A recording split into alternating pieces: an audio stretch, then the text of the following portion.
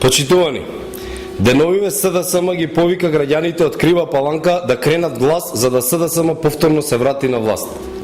Наместо работно лето по грчките острови им препорачуваме да ги посетат граѓаните од Крива Паланка кои останаа без работа буквално на улица во времето кога СДСМ им ги затвори фирмите.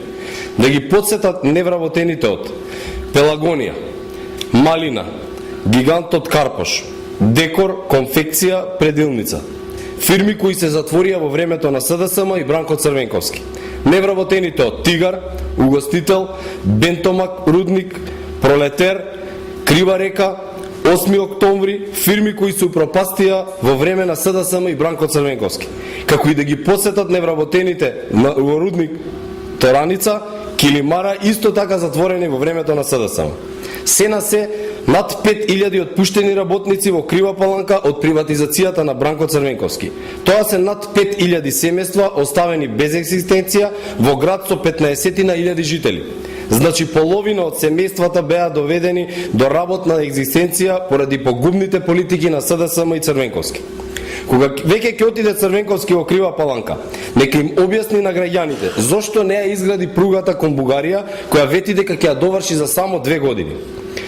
СДСМ треба да им објасни зошто кадрите од оваа партија кои доаѓаат од овој град со прст не мрднаа за Крива Паланка.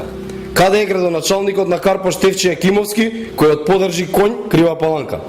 Него единствено што го паметат жителите на Крива Паланка се сомневањата за неговата вмешаност во уништувањето на Гигантот Карпош, кој броеше над 2000 вработени.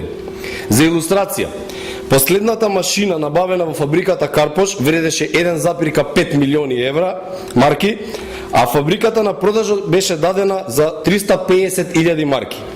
Каде е Тито Петковски, кој во овие 20 години ниту еден камен нема донесено во Крива Паланка?